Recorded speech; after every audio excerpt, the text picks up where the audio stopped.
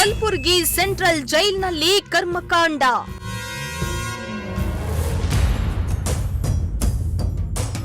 ಜೈಲಿನಲ್ಲಿ ಕೈದಿಗಳಿಗೆ ಸಿಗ್ತಾ ಇದೆ ಹೈಫೈ ಲೈಫ್.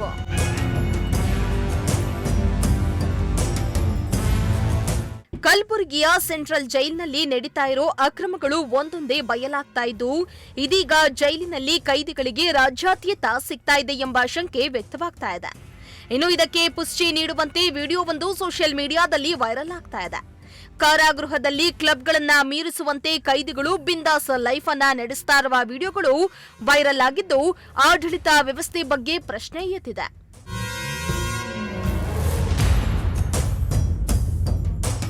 ಜೈಲು ಅಂದ್ರೆ ಎಲ್ಲದಕ್ಕೂ ನಿರ್ಬಂಧ, ನಿಷಿದ್ಧ ಅನ್ನೋ ಮಾತಿದೆ. ಆದ್ರೆ ಈ ಜೈಲಿನಲ್ಲಿ ಮಾತ್ರ ಕೈದಿಗಳು ಬಿಂದಾಸ್ ಲೈಫ್ ಅನ್ನ ಲೀಡ್ ಮಾಡ್ತಿದ್ದಾರೆ. ವೈರಲ್ ಆದ ವಿಡಿಯೋದಲ್ಲಿ ಕೈದಿಗಳು ಬ್ರಾಂಡೆಡ್ ಎಣ್ಣೆ ಸೇವಿಸುತ್ತಾ ಸಿಗರೇಟ್ ಸೇದುತ್ತಾ ಇಸ್ಪಿಟ್ಟಲ್ಲಿ ತೊಡಗಿದ್ದಾರೆ. ಈ ವಿಡಿಯೋ ಸೋಷಿಯಲ್ ಮೀಡಿಯಾದಲ್ಲಿ ವೈರಲ್ ಆಗಿದೆ. ಇನ್ನು ಟೈಟ್ ಸೆಕ್ಯೂರಿಟಿ ಇದ್ರೂ ಕೂಡ ಮಾದಕ ವಸ್ತುಗಳು ಹೇಗೆ ಸಪ್ಲೈ ಆದವು ಎಂಬ ಚರ್ಚೆಗೆ ಕಾರಣವಾಗಿದೆ.